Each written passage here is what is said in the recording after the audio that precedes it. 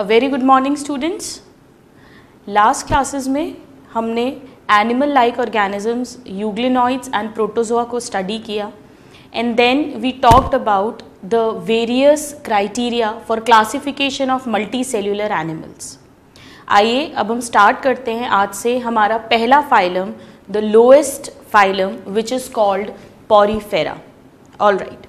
Now जब भी हम कोई भी फाइलम पढ़ेंगे तो हम सबसे पहले ये रीड करेंगे कि उस फाइलम को वो नाम क्यों दिया गया. Then we will talk about the general characters, उसमें न्यूट्रिशन कैसे होता है, रेस्पिरेशन, एक्सक्रीशन, रिप्रोडक्शन, अगर उसके कोई स्पेशल कैरेक्टर्स हैं तो हम उन्हें डील करेंगे. एंड लास्ट में वी विल टॉक कि उस फाइलम को किस तरह से क्लासीफाई करते हैं and the examples. So let's begin the first phylum Porifera. Now students, the members of this phylum are also called sponges. So they are also known as sponges. Question चाहे Porifera करके आए चाहे sponges, हमारा answer same होगा. अब इन्हें Porifera क्यों कहते हैं? पोरीफेरा वर्ड जो है ये दो वर्ड से मिलकर बना है, पोर एंड फेरा. पोर का मतलब होता है छेद, opening, hole, and fera means to bear, to have. So they have many pores on their body. इनकी पूरी बॉडी पे बहुत सारे छोटे छोटे होल्स होते हैं. That is why they are called Porifera. So the second point would be that they are pore bearing animals. That is, they have multiple pores on their body.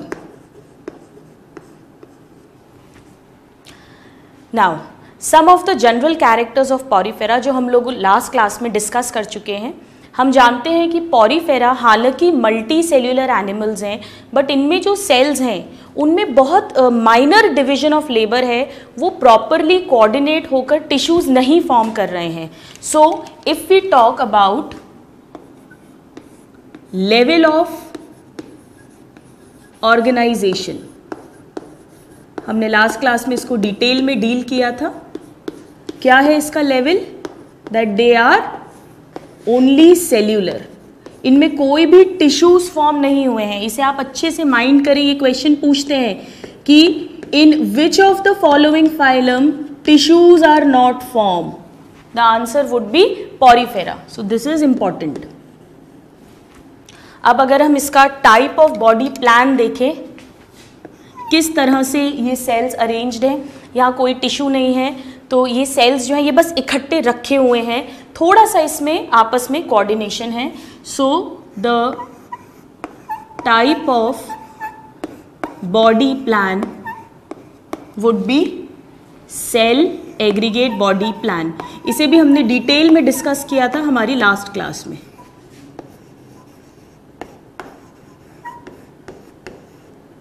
Cell aggregate type. Now coming to the next character, इनकी symmetry की बात करें. हमने discuss किया था symmetry का मतलब है कि उस ऑर्गेनिज्म को कितने प्लेन्स में टू इक्वल हाफ्स में डिवाइड कर सकते हैं. पोरीफेरा जो होते हैं ये मोस्टली एसिमेट्रिकल हैं. That means they can not be divided into two equal halves by any plane passing through centre. आप इसे किस तरह भी कट करें, ये कभी भी दो इक्वल पार्ट्स में डिवाइड नहीं हो सकता. तो अगर हम इसकी सिमेट्री की को लिखें, the type of symmetry, then we will write that they are mostly asymmetrical.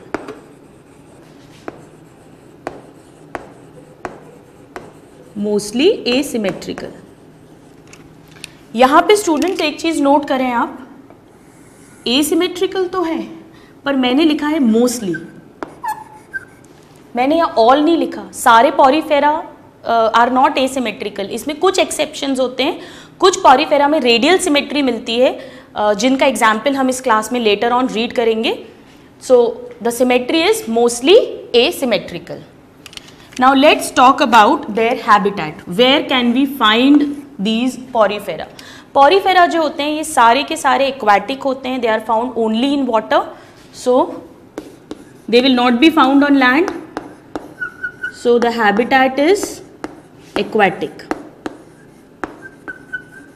That is they are found in water. और हम जानते हैं कि जब भी हम वाटर लिविंग ऑर्गेनिजम्स की बात करते हैं तो दो तरह का पानी होता है, एक फ्रेश वाटर जो लेक्स, पॉन्ड्स, रिवर्स में मिलता है, और एक सॉल्टी वाटर या marine water which is found in sea and oceans. Porifera जो होते हैं दे आर मोस्टली मेराइन। यहाँ पर वापस से नोट करें, मैंने बोला है मोस्टली, नॉट ऑल। इसका मतलब है कि few will be fresh water also, mostly marine. This is important. Now students, अगर क्वेश्चन आए habitat of Porifera is marine water, fresh water, land, air, तो आपका आंसर क्या होगा? Marine, because 90% they are marine. But अगर इसमें options इस तरह से दिए हों, habitat of Porifera is marine, fresh water, और सी ऑप्शन है बोथ, तो आंसर क्या होगा हमारा? बोथ, क्योंकि दे are also found in fresh water. This should be very clear in your mind, this is important. All right, now let's talk about some interesting habits.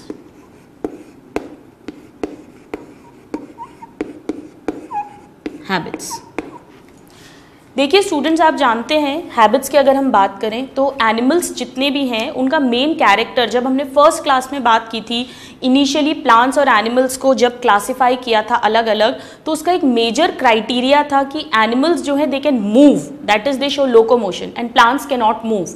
लेकिन ये एक ऐसे एनिमल्स हैं those who do not move. So the first habit is that they are sedentary. Now this is a very important and a very interesting character. ये move नहीं करते हैं, तो फिर ये कहाँ रहते हैं? जो भी सी या ओशियन में ये मिल रहे हैं वहाँ पर अंडर वाटर कोई रॉक होगा, कोई स्टोन, कोई बड़ा सा पत्थर होगा, कोई चट्टान होगी, उस पर ये अटैच हो जाते हैं। So they are attached to substratum, substratum, that is any underwater object. अब ये बड़ा इंटरेस्टिंग पॉइंट है, ये मूव नहीं कर रहे हैं तो फिर इनकी स्पीशीज एक जगह से दूसरी जगह कैसे जाती है? नंबर 1। नंबर 2, अगर ये मूव नहीं कर रहे हैं तो ये अपना फूड कैसे कैप्चर करेंगे? ये दोनों पॉइंट्स हम अभी इस क्लास में डिटेल में पढ़ेंगे। Now the second habit, the second habit is कि ये अटैच तो होते हैं। जनरली हम देखते हैं कि कोई भी चीज़ जब कोई ऑब्जेक्ट से अटैच होती है तो वो एक स्टॉक के थ्रू होती है, एक डंडी के थ्रू होती है, पर इसमें कोई भी स्टॉक नहीं होती। So that means they are sessile, मतलब no stalk. This is important, ये सब क्वेश्चंस हैं that they are sedentary and they are sessile, and they can be found in groups और they can be found alone. या तो ये colonies बना के भी रह सकते हैं और ये इंडिविजुअली अकेले भी सर्वाइव कर सकते हैं।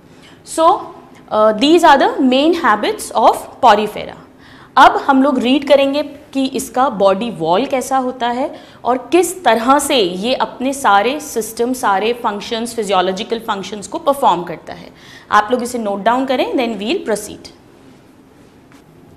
Okay students, so now let's read about the body wall of Porifera.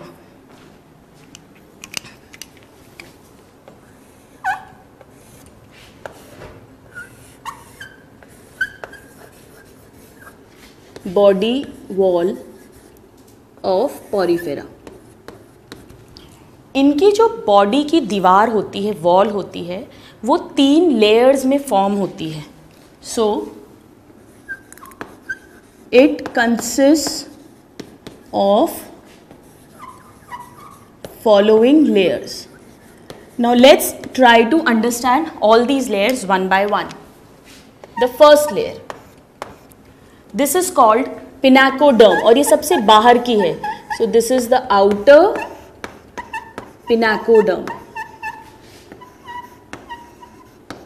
इसे डर्मल लेयर भी बोलते हैं। डर्मा मीन्स स्किन, स्किन हमारा आउटर मोस्ट पार्ट है। सो this is also called the dermal layer. Okay, इस लेयर में 2 तरह के सेल्स होते हैं। It has number 1 flat sales होते हैं कुछ, जिन्हें कहते हैं पिनाकोसाइट्स। तो पिनाकोडर्म लेयर में पहले मिल रहे हैं पिनाकोसाइट्स, दे आर फ्लैट। अगर हम डायग्राम ड्रॉ करें तो ये कुछ इस तरह का सेल होता है, एकदम फ्लैट है ये इसका न्यूक्लियस है. Okay, so it is something like this is a pinacocyte. इसी लेयर में एक और टाइप के सेल होते हैं विच आर कॉल्ड पोरोसाइट्स, और ये ओवल शेप के होते हैं, अंडाकार शेप, दे आर ओवल. अगर हम इसका डायग्राम ड्रॉ करें तो हम कुछ ऐसे ड्रॉ कर सकते हैं. ये सेल है. ओके, ये इसका न्यूक्लियस इधर आ गया और इसके बीच में एक पूरा होल है, पोर है. दिस इज वेरी इंपॉर्टेंट क्योंकि इनको बोलते ही पॉरीफेरा है, यानी they have multiple pores. Now let's try to understand with this a diagram. Suppose हम एक ये पॉरीफेरा ड्रॉ करते हैं.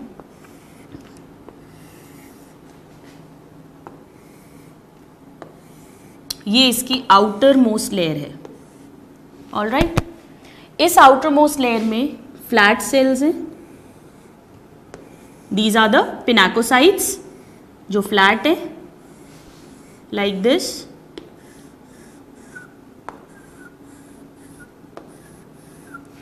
इनका ये न्यूक्लियस बना देते हैं और इसी लेयर में एक और सेल्स हैं बीच बीच में विच आर पोरोसाइट्स. अब क्योंकि इनके बीच में छेद है तो जब हम इन्हें बाहर से देखेंगे तो ये हमें पूरा कंप्लीट सेल नहीं दिखेगा, ये हमें कुछ ऐसा दिखेगा. ये एक हिस्सा, इसमें न्यूक्लियस हो गया और ये इसका दूसरा हिस्सा. यहाँ न्यूक्लियस नहीं बना रही हूँ, ये पूरा एक सेल है और ये बीच में इसके गैप है, there is a hole. So these are the porocytes.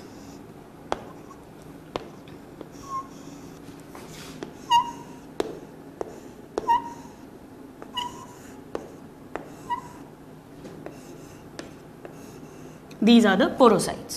Okay.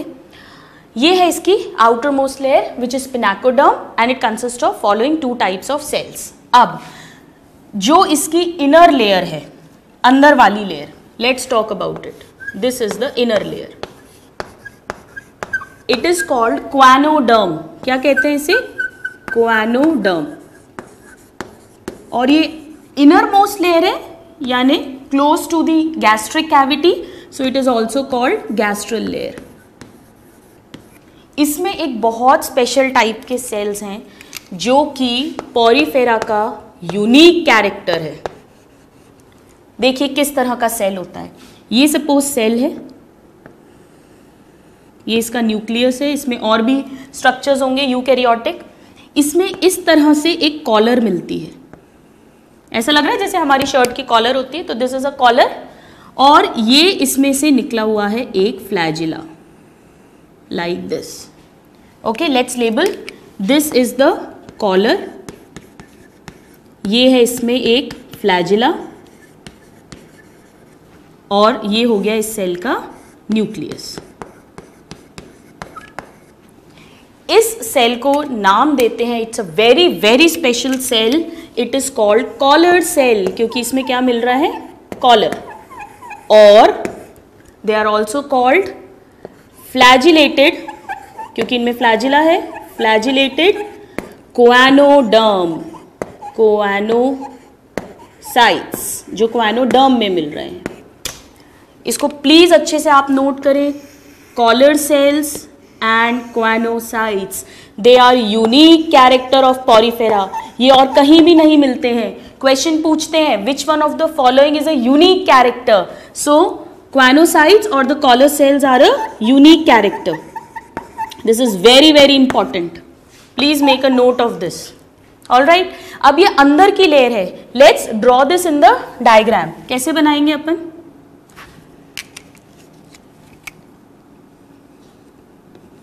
इस तरह से. ठीक है, तो मैं यहाँ पे कुछ कॉलर सेल्स बना रही हूँ लाइक दिस. ऐसे ही यहाँ पे भी there are collar cells. Let's draw them.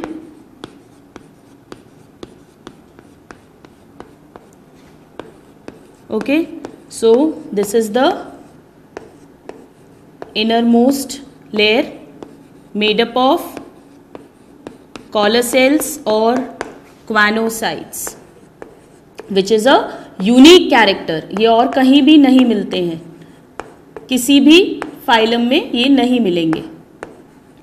Let us just draw them. It is a very interesting phylum students. And let's draw some of the collar cells here also.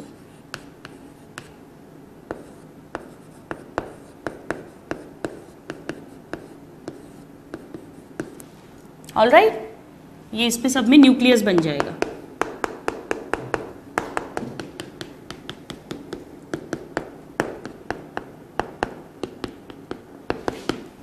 This is the inner layer or the gastral layer.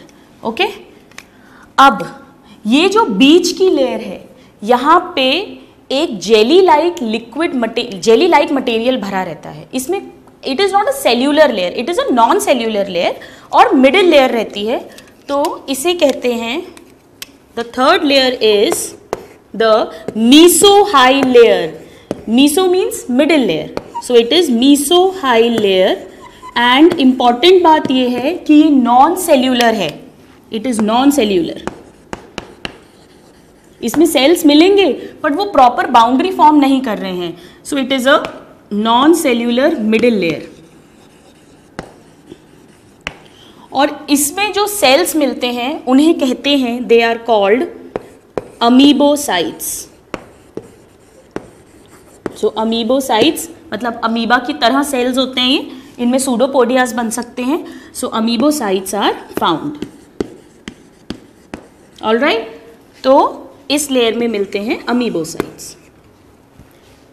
Okay, इसको यहाँ पे draw अगर करें, ये layer है, इसमें jelly जैसा fluid भरा है और बीच बीच में ये अमीबोसाइट्स मिल रहे हैं.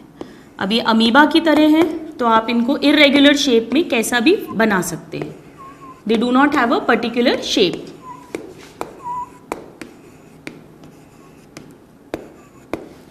और यहीं पर कुछ स्केलेटल स्ट्रक्चर्स मिलते हैं, मीसोहाइल लेयर से ही निकल रहे हैं.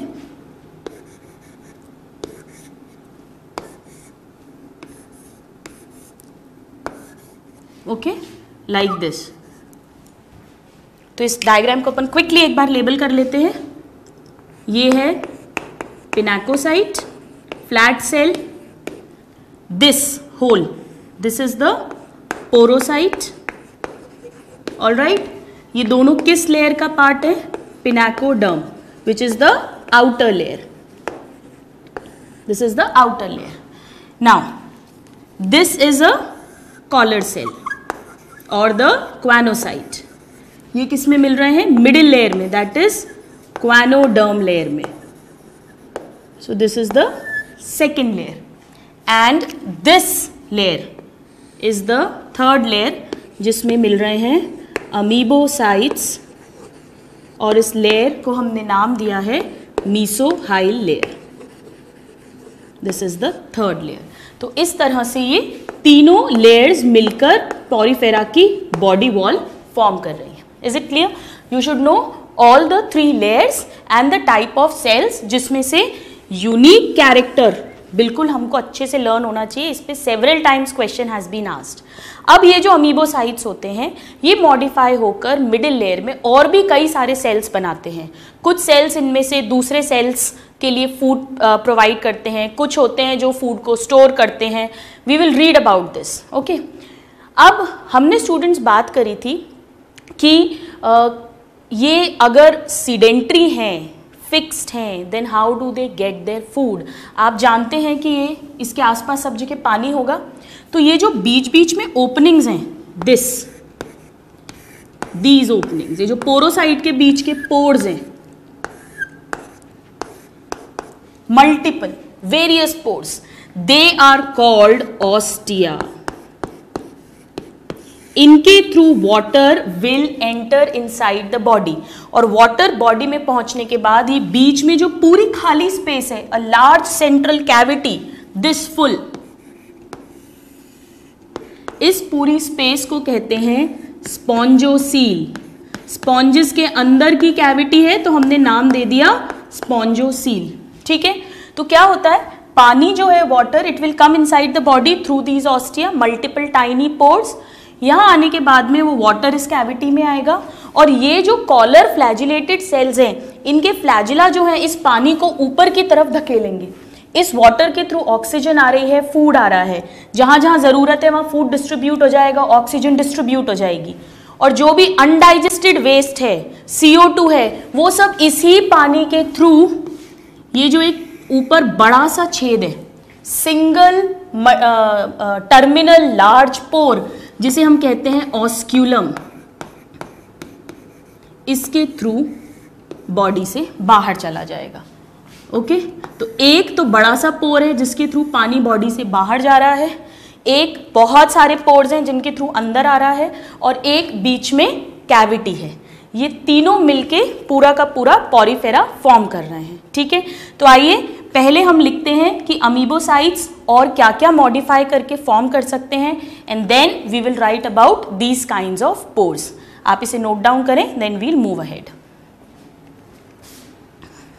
Okay students, now let's talk about the modification of amoebocytes.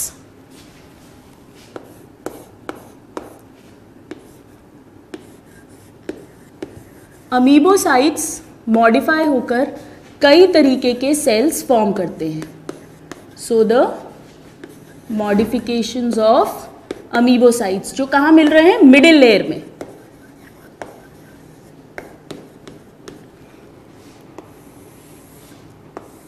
Modifications of amoebocytes. Number 1, पहले तो खुद अमीबोसाइट्स, इनका क्या काम है, ये इंपॉर्टेंट है, इसके फंक्शंस पे डायरेक्ट क्वेश्चन पूछा जाता है। अमीबोसाइट क्या करेगा? फूड का ट्रांसपोर्टेशन करेगा। So they transport food. Okay, now the next amoebocytes मिलके सेल्स बनाते हैं मॉडिफाई होके, जिन्हें कहते हैं आर्कियोसाइट्स। आर्कियोसाइट, आर्कियो का मतलब होता है पुराना। जैसे अगर आपने सुना हो आर्कियोलॉजी, पुरानी चीज़ों की स्टडी को आर्कियोलॉजी बोलते हैं।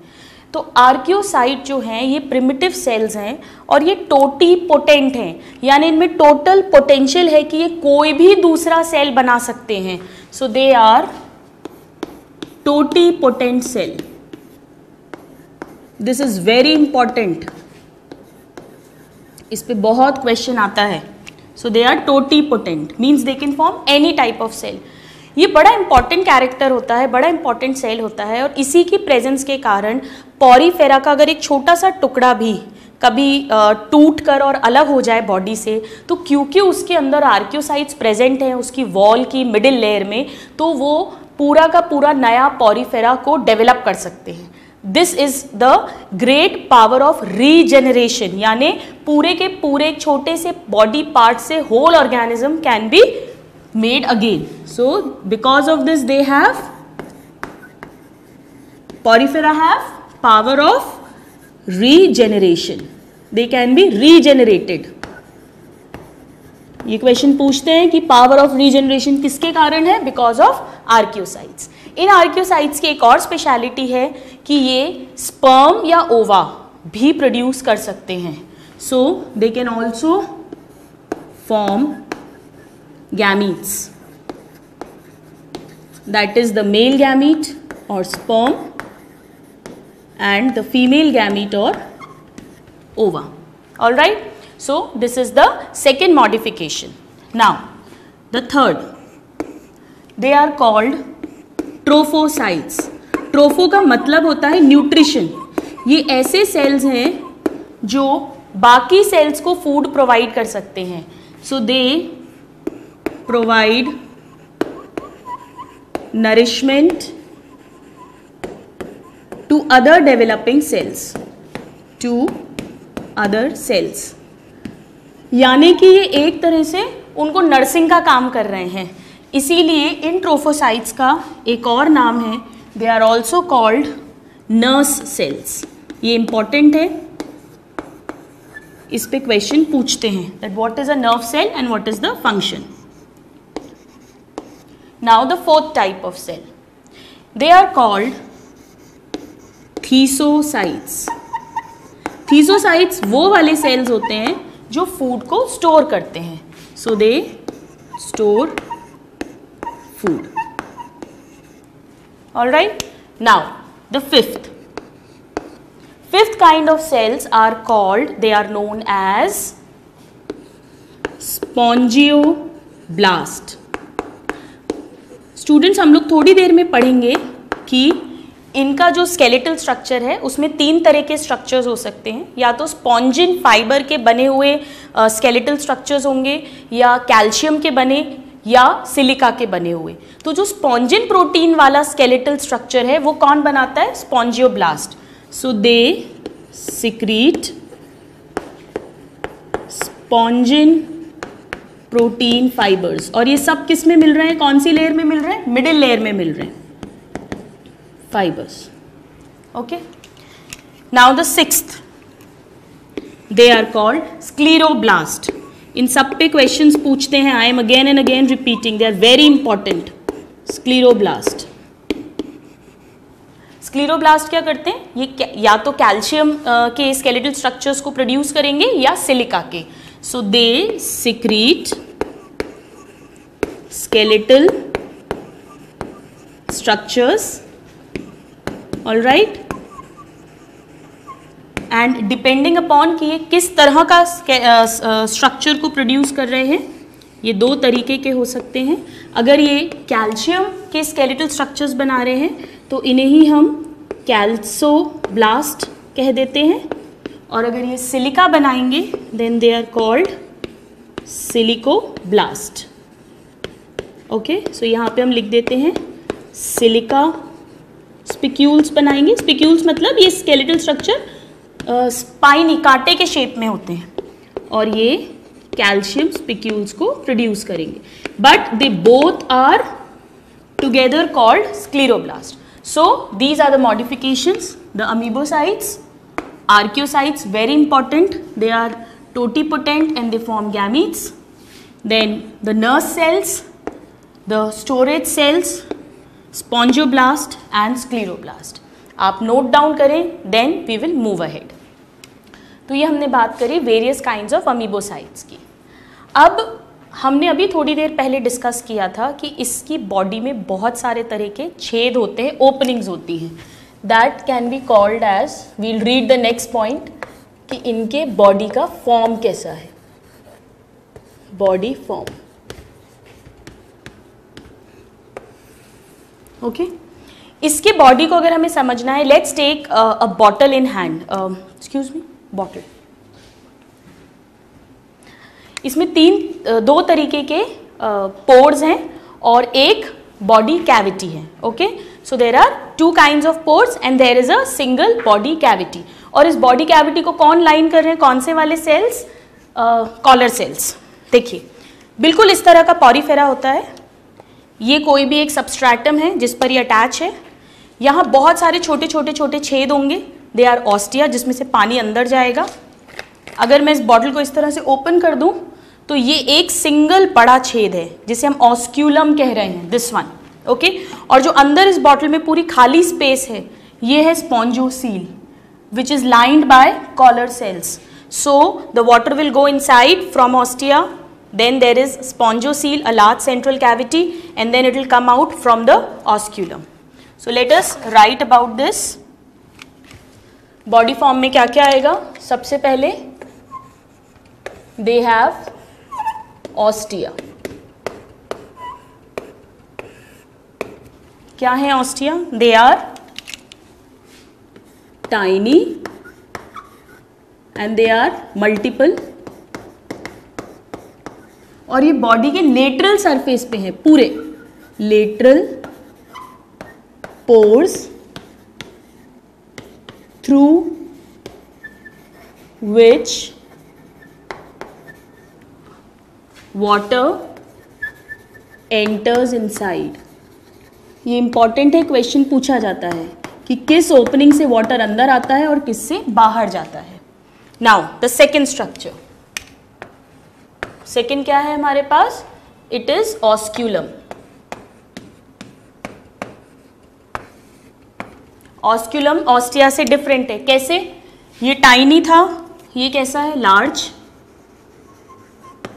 ये मल्टीपल है, ये सिंगल। इस पे एमसीक्यू बनता है, इन दोनों में डिफरेंस पूछे जाते हैं। ये लेटरल था और ये एंड पर है, यानी it is terminal. Pore through which water leaves the body, यानी एनस की तरह काम कर रहा है इन अ वे, और ये माउथ की तरह, water leaves the body. Okay, और जो थर्ड स्ट्रक्चर हम लिखेंगे that is the spongocoel. Spongocoel का एक और नाम होता है paragastric cavity. Actually gastric cavity तो नहीं है, पर उसी की तरह काम कर रही है। It is parallel to gastric cavity, so it is also called paragastric cavity. आपको दोनों नाम लर्न होने चाहिए। ये क्या है? It is a large central cavity, central cavity. और ये किससे लाइंड है? It is lined by collar cells, collar cells. And most important, ये जो स्पॉन्जोसील है ये केवल पॉरीफेरा में मिलती है। So it is a unique character of Porifera. Students, ये बहुत इंपॉर्टेंट है। अभी तक हमने पॉरीफेरा के दो यूनिक कैरेक्टर्स पढ़े, एक कॉलर सेल और दूसरा spongocoel. These two are the unique characters which we have read till now. Now, what happens is the water enters inside. ये अपने साथ फूड लेके आता है, ऑक्सीजन लेके आता है। वो ऑक्सीजन और फूड सब सेल्स में डिस्ट्रीब्यूट हो जाता है। ये जो कॉलर सेल्स हैं, इन्हीं के अंदर उस फूड का डाइजेशन होता है। So the function of collar cell is digestion of food. दूसरा फंक्शन कॉलर सेल का, इसकी जो ये फ्लैजिला है, इसकी बीटिंग के कारण ये वाटर सर्कुलेट होता है। So the next function of collar cell is the circulation of water. और तीसरा फंक्शन, जिसे हम बाद में डिटेल में डिस्कस करेंगे, इन्हीं कॉलर सेल्स के अंदर स्पर्म और ओवा फर्टिलाइज होते हैं। तो आइए सबसे पहले लिखते हैं हम function of collar cells. Function of collar cells, this is very important. इस पे ऑब्जेक्टिव पूछा जाता है, स्कूल में भी इस पे 1 मार्क 2 मार्क का क्वेश्चन आता है। So the functions are, there are 3 main functions. Number 1 is circulation of water because of the beating of flagella, circulation of water. Okay, the second function is the intracellular digestion. यही वो cell है जिसके अंदर Porifera में food का digestion होता है। This is very important point. और इन्हीं सेल्स के अंदर फर्टिलाइजेशन भी होता है स्पर्म एंड ओवा का। So the next point is internal fertilisation. This should be learned by heart. इन तीनों पॉइंट्स पे ही क्वेश्चन पूछा जाता है। So these are the functions of 3 functions of collar cells. Now students, ये जो एक सिस्टम बन रहा है, पानी अंदर आ रहा है, फ्लैजिला से बीट हो रहा है और अपने साथ CO2 और वेस्ट मटेरियल लेके बाहर जा रहा है, फिर अंदर आएगा, फिर बाहर जाएगा। इस तरह से ये जो पानी सर्कुलेट हो रहा है, वाटर सर्कुलेट हो रहा है, इसे कहते हैं वाटर कैनाल सिस्टम और वाटर ट्रांसपोर्ट सिस्टम। ये भी पॉरीफेरा का यूनिक कैरेक्टर है। अभी तक 2 यूनिक कैरेक्टर्स पढ़े थे, collar cells and spongocoel. Now we will read about the third unique character of Porifera. आप इसे नोट डाउन करें, then we'll move. Okay students, now let's see how this water moves. So the next point is water canal system. इसे सिर्फ canal system भी कहते हैं, water canal system. It is a first point इसके बारे में लिखते हैं, it is a unique character of Porifera. ये थर्ड यूनिक कैरेक्टर है जो हम पढ़ रहे हैं। हर फाइलम के यूनिक कैरेक्टर्स आपको अच्छे से लर्न होने चाहिए। सो this is a unique character again. अब ये जो वाटर कैनाल सिस्टम है, ये 3 तरह का हो सकता है अपनी कॉम्प्लेक्सिटी के बेस पे। एक तो सिंपल है जिसमें पानी आएगा, स्पॉन्जोसील में जाएगा एंड ऑस्क्यूलम से बाहर आ जाएगा, इस तरह से सर्कुलेट होता है वाटर। कुछ पॉरीफेरा जो और कॉम्प्लेक्स हैं उनमें बॉडी वॉल जो होती है वो इस तरह से घूमी हुई रहती है, तो पानी भी ऐसे घूमते घूमते जाएगा, ये थोड़ा कॉम्प्लेक्स हो गया। और थर्ड टाइप जिनमें बॉडी वॉल बहुत ज़्यादा इस तरह से अंदर अंदर अंदर करके घूमी हुई है, तो वाटर जो है वो और ज़्यादा लूप्स बना के जाएगा, this is the most complex. So we have to learn that there are 3 kinds of water canal system, 3 types. क्या क्या है ये? Number 1, this is called ascanoid canal system, और सिंपली इसको एस्कॉन भी बोलते हैं, एस्केनॉइड कैनाल सिस्टम। ये बिल्कुल सिंपल है, it is the simplest type. Question पूछते हैं कि सबसे सिंपल कौन सा है और सबसे कॉम्प्लेक्स कौन सा है, this you should no. So this is the simplest type. इससे थोड़ा जो कॉम्प्लेक्स होता है उसे हम कहते हैं syconoid type. So this is साइकोनॉइड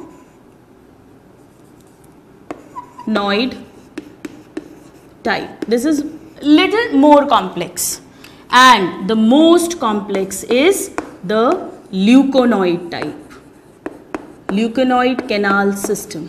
ये है मोस्ट कॉम्प्लेक्स। ये किन में मिलता है वो भी हम थोड़ी देर में रीड करेंगे। This is most complex type. Okay, now students let's read about the functions of this water canal system, which is very very important. So the functions of canal system, अभी अभी हमने बात की थी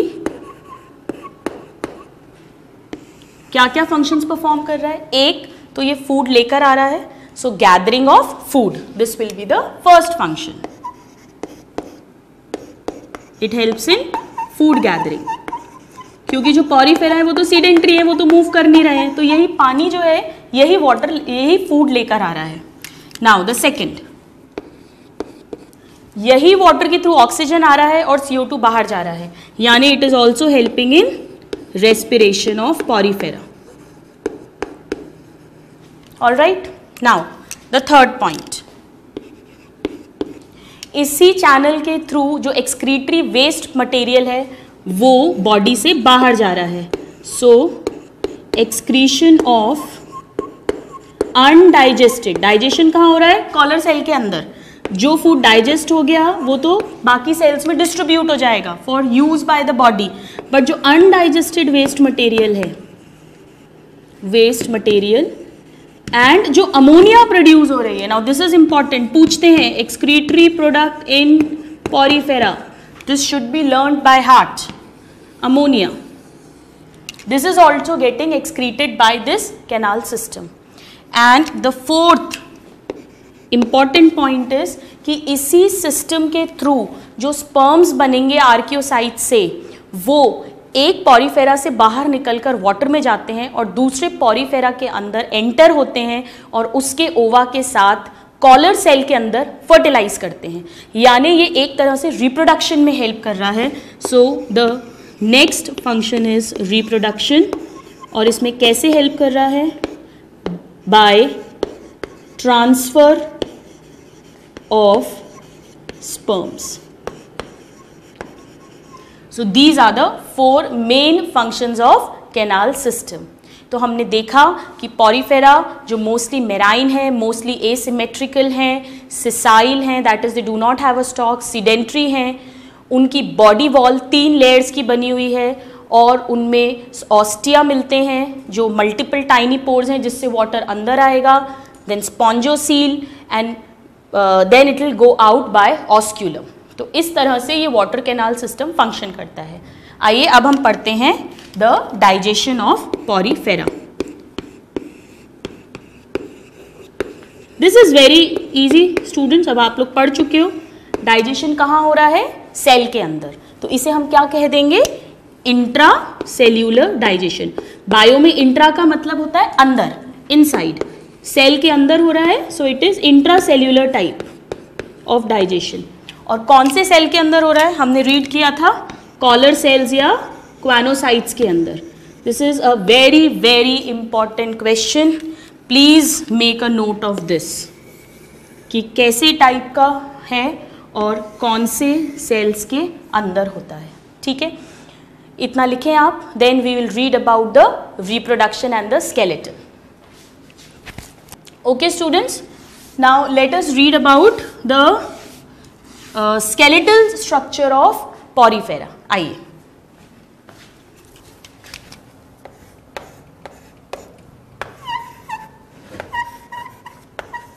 स्केलेटन. दो तरीके का स्केलेटन होता है. एक जो बॉडी के अंदर प्रेजेंट होता है विच इज कॉल्ड एंडोस्केलेटन, जो बॉडी को सपोर्ट प्रोवाइड करता है, और एक एक्सोस्केलेटन होता है कुछ एनिमल्स में जो बाहर से उसको प्रोटेक्शन देता है. इनमें जो स्केलेटल सिस्टम मिलता है that is endoskeleton. This is important कि इसमें किस टाइप का स्केलेटन है. So they have endoskeleton. Okay, this is important. अब इनमें जो स्केलेटल स्ट्रक्चर्स है जैसा हमने अभी अभी पढ़ा था, जो इसकी मिडिल लेयर है, जेली लाइक लेयर है, उसमें ये स्ट्रक्चर्स प्रेजेंट होते हैं. ये तीन तरीके के स्ट्रक्चर्स हो सकते हैं. नंबर 1, ये एक प्रोटीन होता है जिसे हम कहते हैं स्पॉन्जिन प्रोटीन, उसके बने हुए स्ट्रक्चर्स हो सकते हैं. So spongin protein fibres can be there, जो स्पॉन्जियोब्लास्ट से बन रहे थे. अमीबोसाइट का एक मॉडिफिकेशन था.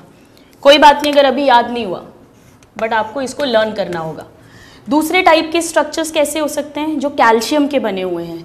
दे are called calcareous spicules. Spicules इसलिए कहते हैं क्योंकि कांटे की तरह होते हैं. आजकल वो स्पाइक्स बनाते हैं, बाल ऐसे खड़े कर लेते हैं या जूते में स्पाइक्स लगा देते हैं, तो स्पाइक का मतलब ही होता है कांटे की तरह.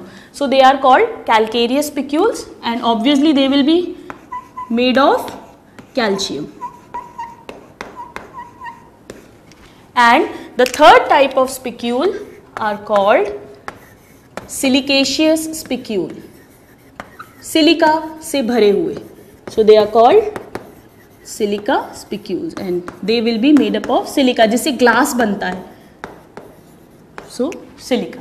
सो these are the 3 kinds of skeletal structures और ये तीनों ही एंडोस्केलेटन बनाते हैं.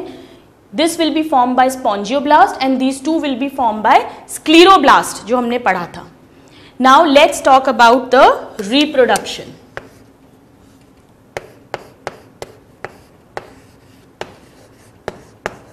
in porifera.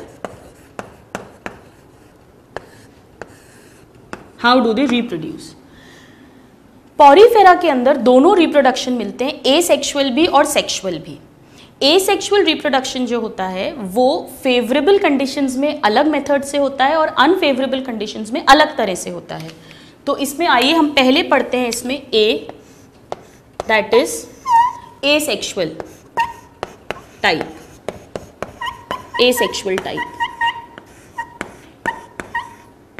एसेक्सुअल रिप्रोडक्शन जो है ये दो तरह से होगा.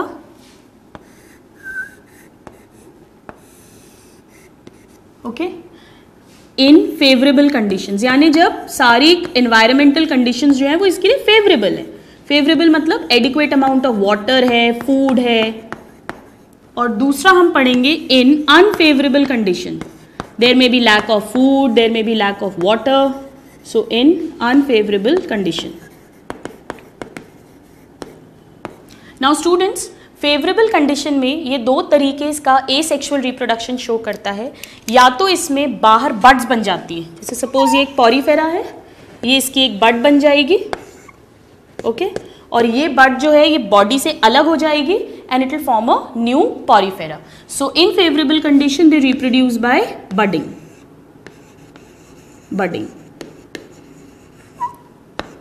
और ये कैसे करते हैं? Bye fragmentation. फ्रैगमेंटेशन का मतलब है किसी भी करंट के कारण से इसका कोई हिस्सा टूट गया इसकी बॉडी से, और वो हिस्सा जो है that part will grow into a complete new Porifera. So they also reproduce asexually by fragmentation. So these are the two methods. This is external budding, body के बाहर एक बड निकल रही है. All right, so these are the two methods of asexual reproduction in favorable conditions.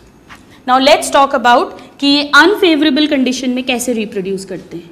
अगर unfavorable condition ने इन्होंने buds बना ली बाहर, तो वो जो बड फॉर्म हुई है उसको अप्रोप्रिएट एनवायरमेंटल कंडीशंस नहीं मिलेंगी, तो वो ग्रो नहीं कर पाएगी, इट विल डाई. ये क्या करते हैं, इसीलिए अपनी बॉडी के अंदर ही एक बड फॉर्म कर लेते हैं और इस बड के अंदर आर्कियोसाइट्स प्रेजेंट होते हैं. आपको पता है, अभी हमने पढ़ा था आर्कियोसाइट्स मतलब पुराने सेल्स, टोटीपोटेंट, जो सारा सेल्स बना सकते हैं. और जब भी एनवायरमेंटल कंडीशंस फेवरेबल होती हैं तो ये जो स्ट्रक्चर है, this bud, this will get out of the body through osculum, जो ऊपर का टर्मिनल पोर है. इस मेथड को बोलते हैं इंटरनल बडिंग. Internal budding. और ये जो इंटरनल बड्स होती हैं, they are also called gemmules. So we can also write that they reproduce by gemmule formation. This is very important. जब भी पॉरीफेरा के रिप्रोडक्शन पे क्वेश्चन आएगा, आपको ध्यान से देखना है कि वो किस एनवायरमेंटल कंडीशन की बात कर रहे हैं. This is about the asexual type. इनमें दूसरे टाइप का रिप्रोडक्शन भी मिलता है, that is the sexual reproduction.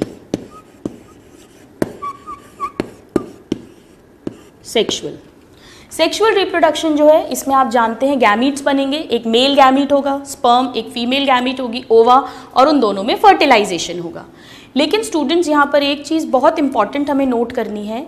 जैसे अगर हम ह्यूमंस की या हायर एनिमल्स की बात करें, तो हमारे अंदर जो स्पर्म्स और ओवा है वो सेक्स ऑर्गन्स के अंदर फॉर्म होते हैं, जिन्हें हम गोनैड्स बोलते हैं. जैसे ह्यूमंस में टेस्टिस एंड ओवरी, इनमें गोनैड्स एब्सेंट होते हैं.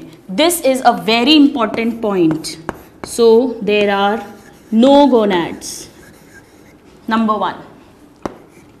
और इनमें जो गैमीट्स हैं वो कौन बनाएगा, archaeocytes. So archaeocytes form gametes, sperm and ova. All right, now the third point. इनमें जो फर्टिलाइजेशन होगा स्पर्म और ओवा का, वो बॉडी के इनसाइड होगा, जैसा कि ह्यूमंस में होता है. फ्रॉग की तरह नहीं कि मेल फ्रॉग और फीमेल फ्रॉग अपना एग और स्पर्म वाटर में डालें और फिर वाटर में यानी आउटसाइड द बॉडी फर्टिलाइजेशन हो. So this kind of fertilization is called internal fertilization. It should be learned by heart. It's a very common question. Type of fertilization in Porifera is internal, that is inside the body. और body में भी किसके अंदर हो रहा है, हमने पढ़ा है कॉलर सेल्स के अंदर. So they have internal fertilisation. This is important.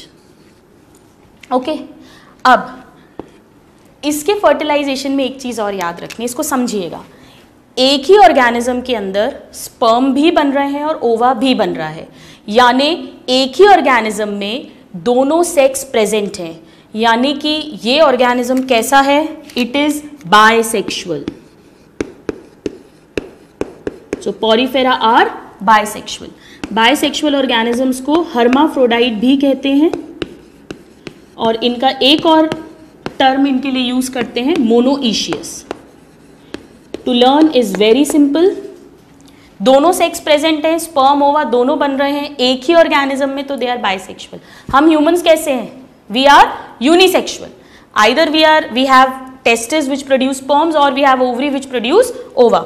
So they are bisexual.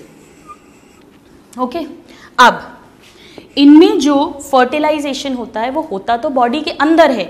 अब आप इसको समझिएगा, एक ही ऑर्गेनिज्म में एग भी है स्पर्म भी है, तो ये चांस है कि उसी ऑर्गेनिज्म का एग और स्पर्म आपस में फर्टिलाइज कर जाएं, लेकिन ऐसा नहीं होता.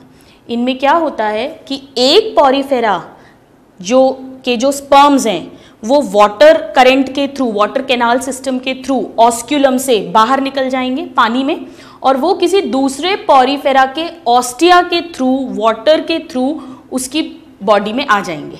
और बी जो सेकेंड वाला पॉरीफेरा है उसके अंदर जो ओवा है उससे वो फर्टिलाइज करते हैं. यानी कि sperm of one porifera fertilises with the ova of other porifera. ऐसा नहीं है कि एक ही पॉरीफेरा के स्पर्म और ओवा में आपस में फर्टिलाइजेशन हो गया, ऐसा नहीं होता। तो इसको बोलते हैं क्रॉस फर्टिलाइजेशन, इसका स्पर्म और इसका ओवा। तो इनमें क्या मिलता है, they have cross fertilization, this is very important, they have cross fertilization.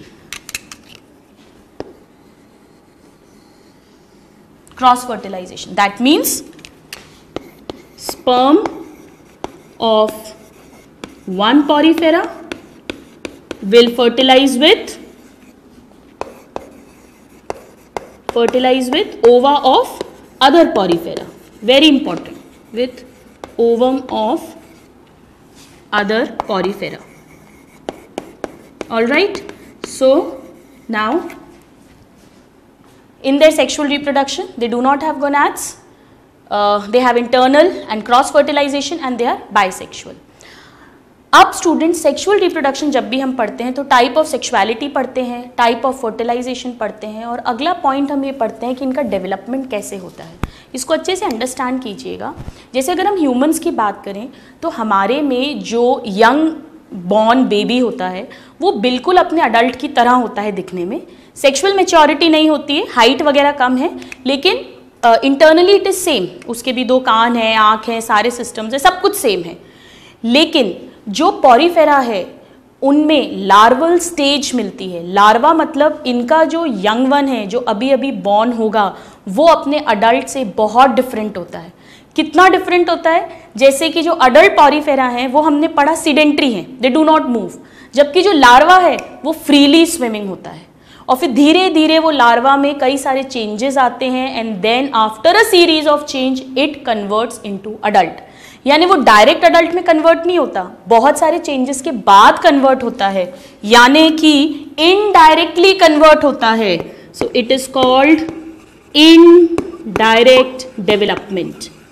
जब भी सेक्सुअल रिप्रोडक्शन पढ़ेंगे तो आपको type of fertilization and type of development पता होना चाहिए। ओके, आप इसे नोट डाउन करें, फिर हम थोड़ा सा डिटेल में पढ़ेंगे about indirect development of Porifera. Okay students, so now let's talk a little bit more about the indirect development of porifera. Porifera में indirect development मिल रहा है, इसका क्या मतलब है? Indirect development मतलब इसमें larval stage present है। So what do we mean by indirect development? That larval stage is present. कोई भी animal हो, porifera या आगे भी जब हम पढ़ेंगे। So larval stage present, okay? और larval stage क्या होती है? Larval stage जो अपने adult से बहुत different होती है। So larval stage is, it is morphologically, बाहर से दिखने पे morphologically distinct, बहुत अलग from adult, और कई सारे चेंजेस के बाद इसमें अडल्ट बनता है। जैसे पॉरीफेरा का जो लार्वा होता है वो कैसा होता है? It is free swimming, free swimming. This is important, ये क्वेश्चन पूछते हैं कि पॉरीफेरा का लार्वा कैसा है? फ्री स्विमिंग है, जबकि पॉरीफेरा का अडल्ट कैसा होता है? सीडेंट्री होता है, it does not move. Okay, so this is what do we mean by larval stage. अब लार्वल स्टेज जहाँ भी हम पढ़ेंगे वहाँ पर हमें कुछ लार्वल स्टेजेस के नाम पता होने चाहिए। तो we'll talk about the larval stages. इसमें आपको 2 लार्वल स्टेजेस पता होनी चाहिए, लर्न बाय हार्ट। पहली है एम्फीब्लास्टुला, क्या बोलते हैं इसे? एम्फीब्लास्टुला। It is found in a sponge called साइकॉन। Okay, ये इसका एग्जाम्पल है।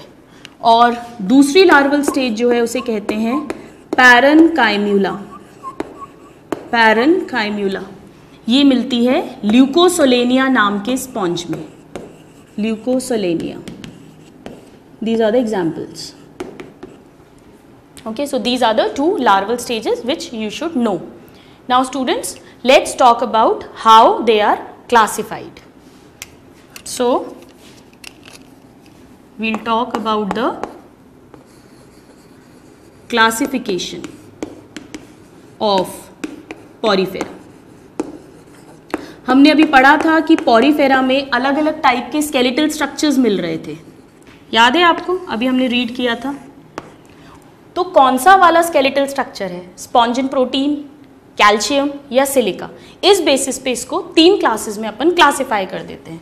So the basis is on basis of, ये बेसिस आपको आना चाहिए, टाइप ऑफ स्केलेटल स्ट्रक्चर.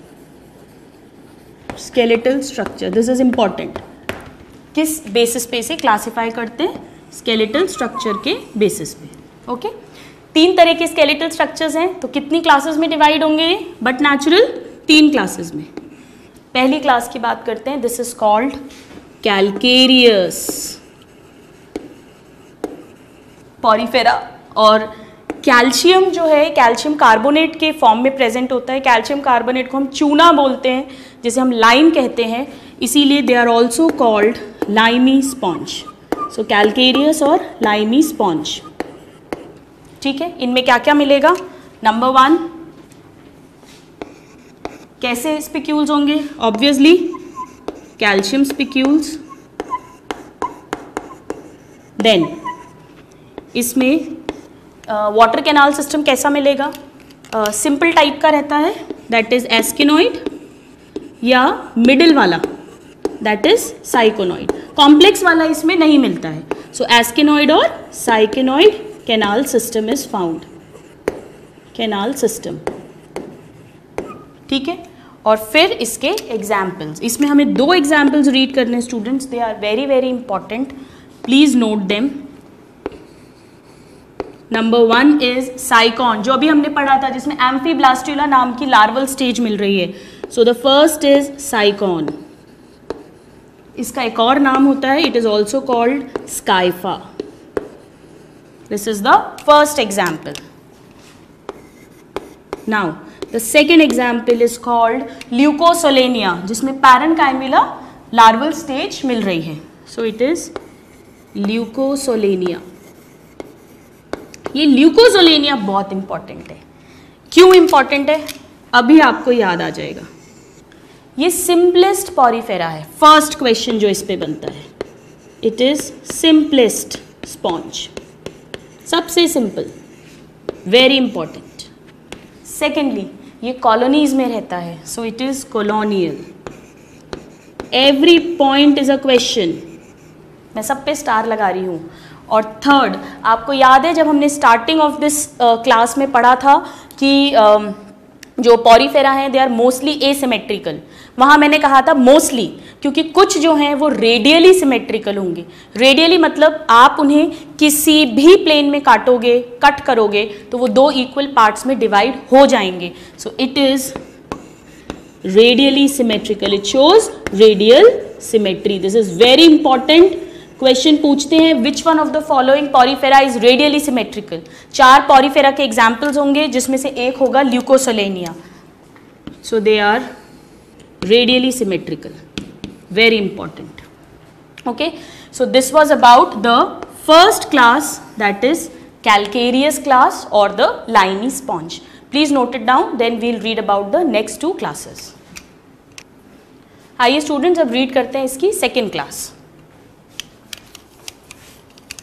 पहली में कैल्शियम के स्पिक्यूल्स मिल रहे थे, तो दूसरे में किसके मिलेंगे? सिलिका के. So it is, the class name is hexactinellida. Hexactinellida class. और इसमें सिलिका के स्पिक्यूल्स, और हमने बात की थी कि सिलिका जो है वो ग्लास में भी प्रेजेंट होता है. So they are also called glass sponge.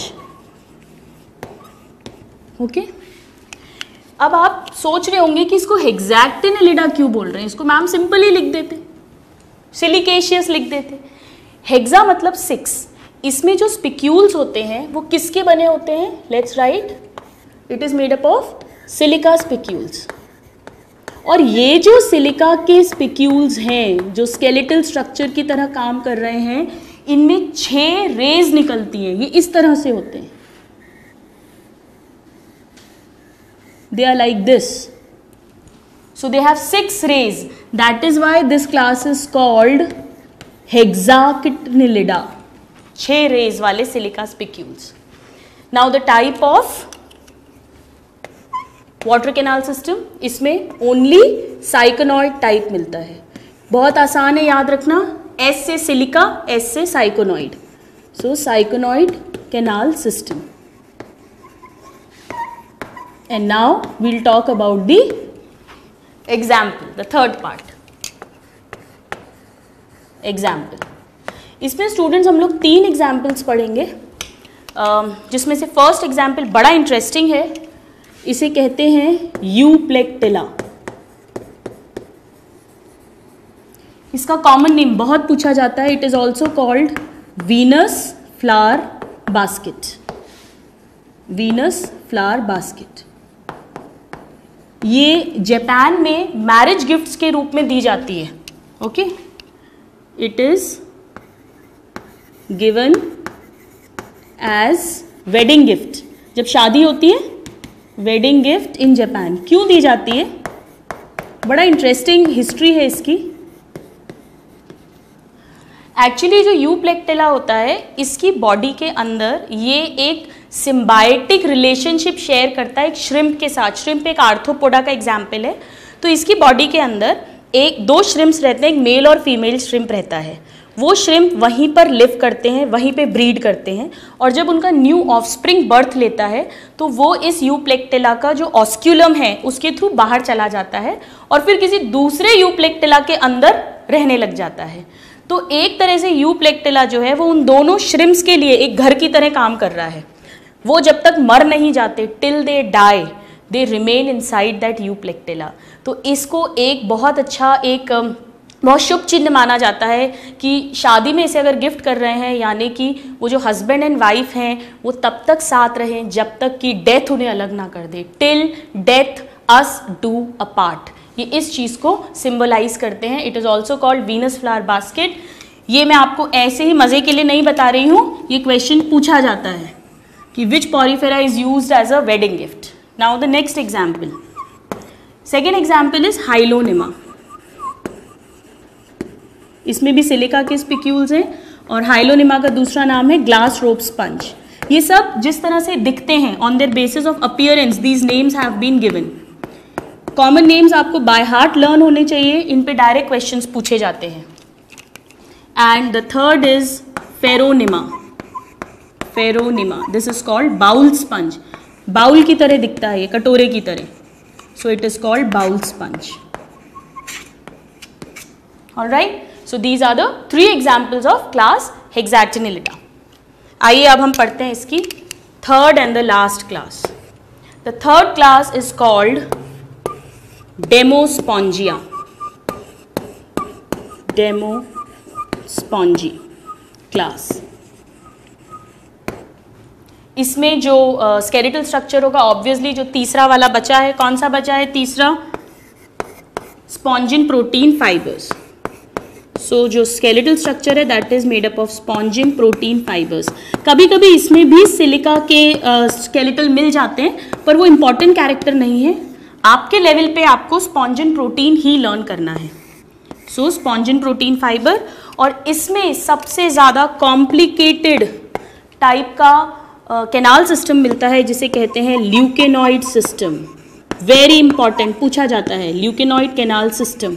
इस कैनाल सिस्टम को रेगॉन सिस्टम भी कहते हैं। रेगॉन सिस्टम क्यों? क्योंकि इस क्लास के जो पॉरीफेरा हैं, जो मेंबर्स हैं, उनमें एक लार्वल स्टेज मिलती है जिसे कहते हैं दे हैव रेगॉन लार्वा, और इससे ये सिस्टम डेवलप होता है। बहुत यूनिक लार्वा है ये। Okay, so they have a rhagon larva and in them the most complicated type of canal system is found. आप इसको लिख, अब now let's write the examples first. आइए इसके एग्जाम्पल्स हम लोग यहाँ नोट डाउन करते हैं। ओके आपको याद होगा हमने पढ़ा था कि मोस्टली पॉरीफेरा आर मैराइन, यानी कुछ क्या होते हैं फ्रेश वाटर, वो इसी का एक एग्जाम्पल है। The first example is Spongilla and Spongilla is a fresh water sperm. ये बिल्कुल अच्छे से लर्न होना चाहिए क्योंकि क्वेश्चन आता है विच one of the following is a fresh water sponge. उसमें 3 एग्जाम्पल्स तो कोई भी और होंगे और एक स्पॉन्जिला का होगा। This is very very very important. I am putting 3 ticks. Now the second is called Euspongia. ये भी बड़ा इंटरेस्टिंग स्पंज है। इसको बाथ स्पंज बोलते हैं क्योंकि ये नहाने के, रबिंग के काम आता है। इसके जो स्पॉन्जिन फाइबर्स होते हैं ये वाटर को होल्ड करके रखते हैं and then it can be used. So this is also called bath sponge. All the examples are very important. Okay now the third example is hippospongia. Hippo means horse, इसके appearance के basis पे। So this is also called horse sponge.